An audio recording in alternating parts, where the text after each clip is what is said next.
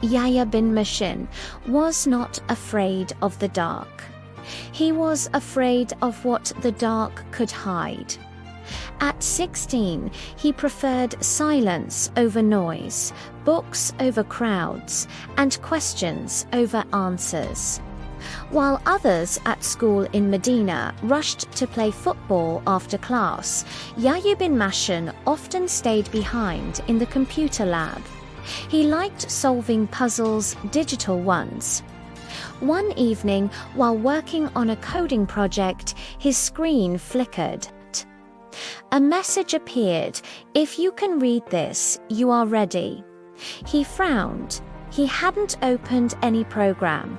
Then a second line appeared: "Midnight, rooftop. Come alone." He should have ignored it, but he didn't. Midnight, the rooftop was cold and quiet.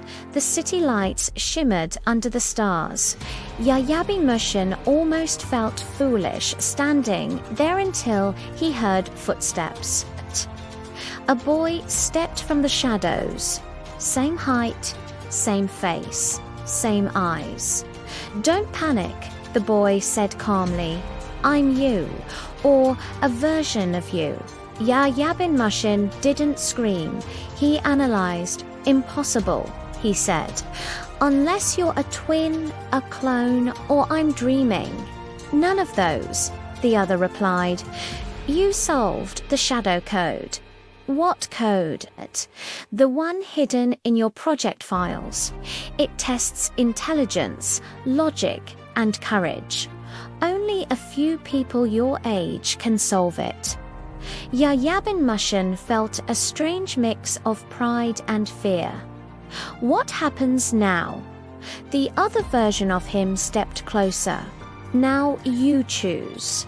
He pulled out a small metallic device, glowing faint blue. "This can show you your future." Yahyabinmohsin stared at the device. "What's the catch?" he asked. "If you look," the other him said, "you'll know everything: your successes, your failures, who betrays you, who stands by you. But you lose something." "What?" "Surprise, growth, the power to choose without fear."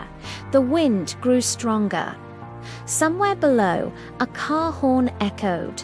Yahyabinmohsin thought about exams, expectations, family pressure, dreams bigger than the city itself. He thought about fear of failing, about wanting certainty. Then he shook his head. "No." The other him raised an eyebrow. "No, I don't want to know my future. I want to build it." For the first time, the double smiled. "That's the real test." The metallic device dissolved into light.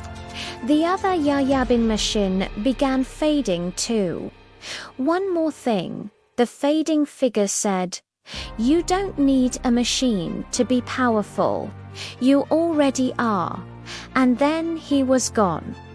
The next morning, everything felt normal, too normal, until Yahyabinmohsin opened his laptop and found a final message.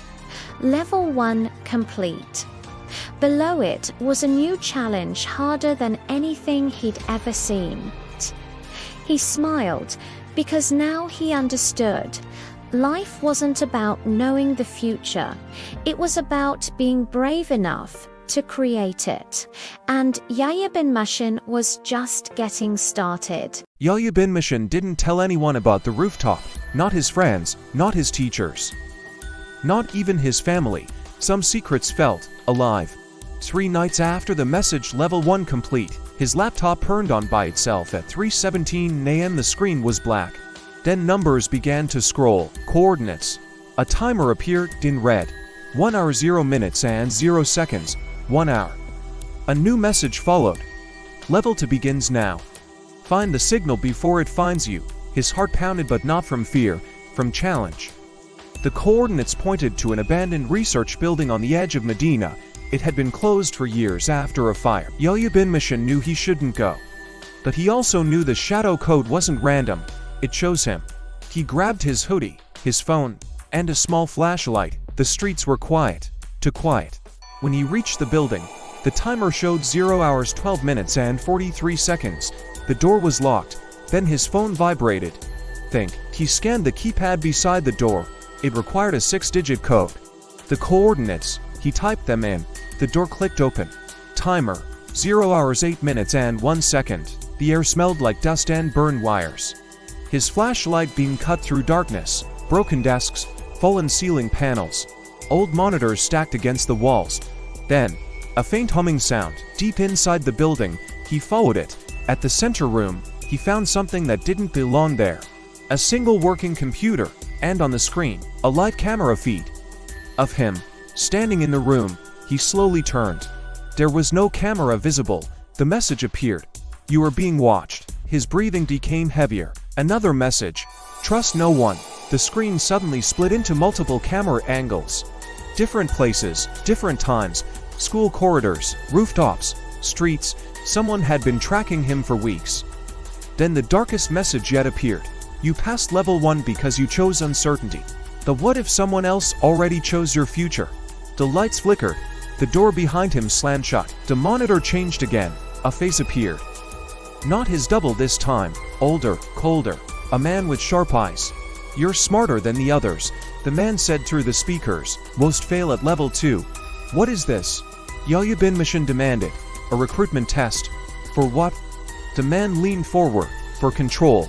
He explained that the shadow code wasn't just a game. It was a hidden network testing gifted minds. Training them. Shaping them. People like you don't follow the world, the man said. You redesign it. The humming sound grew louder. Join us, the man continued. And you'll never be powerless again. The screen displayed 2 options, accept, refuse. The timer reappeared. 0 hours 1 minute and 0 seconds. Yahyabinmohsin's thoughts raced. Power. Influence. No more guessing, no more fear. But something felt wrong. If they were watching him this long, what else were they controlling? The timer hit 0 hours 0 minutes and 10 seconds. The room lights shut off. Only the screen glowed. 5, 4, 3. He reached forward. 2, 1. He pressed, refuse. The screen went black. Silence. Then a slow clap echoed from behind him. He froze. You really don't learn, do you? The voice wasn't from the speakers. It was inside the room, and it sounded like him. The slow clapping echoed through the dark room. Yahyabinmohsin turned slowly. From the shadows stepped himself. But this version was different, older, taller, sharper eyes. A faint scar across his eyebrow. You made the same choice, the older version said calmly. What are you? Yahyabinmohsin demanded. I'm not what, he replied, I'm when. The lights flickered back on but dim, unstable. The older Yahyabinmohsin walked toward the glowing computer. The man on the screen, he said. He works for me, for you. Yahyabinmohsin's voice hardened. Yes, because I built the shadow code. The words hit like a punch. You're lying, am I? The older version typed quickly. The screen filled with encrypted files, design logs, timestamps from years in the future. The shadow code is not about control, the older Yahyabinmohsin said. It's about protection. From what? The humming in the building grew louder. The air felt charged. From something coming, the blackout event. The computer displayed a date 3 years from now. Across Saudi Arabia, power grids would fail. Communications would collapse, not just there, across continents. Satellites compromised, financial systems erased. It won't be an accident, the older Yahyabinmohsin said quietly. It will be designed. By who? By someone smarter than both of us. Silence. You're saying the world ends? Yahyabinmohsin asked. No, the older one replied, the world survives. But controlled by whoever causes the blackout. The realization settled in. The shadow code wasn't about ego, it was about building minds strong enough to stop something catastrophic. Why him? Why me? Yahyabinmohsin whispered. The older version stepped closer.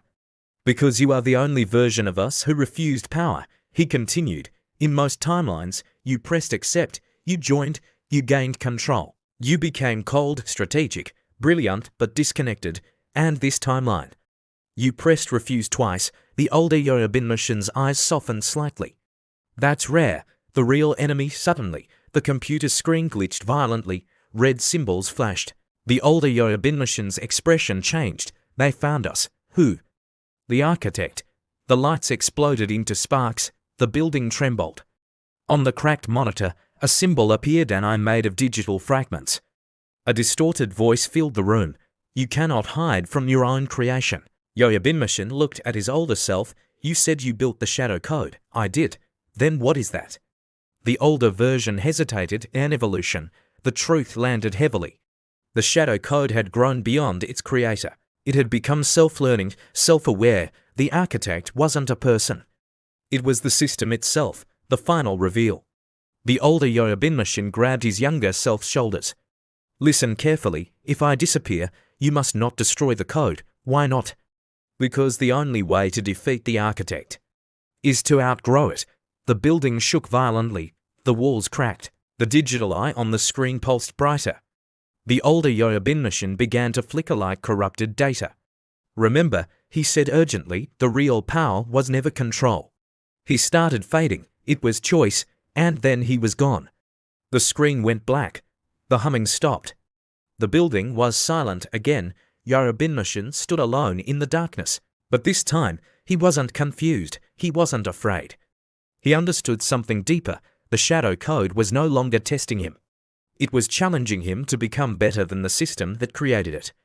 And somewhere, inside the digital shadows, the architect was watching.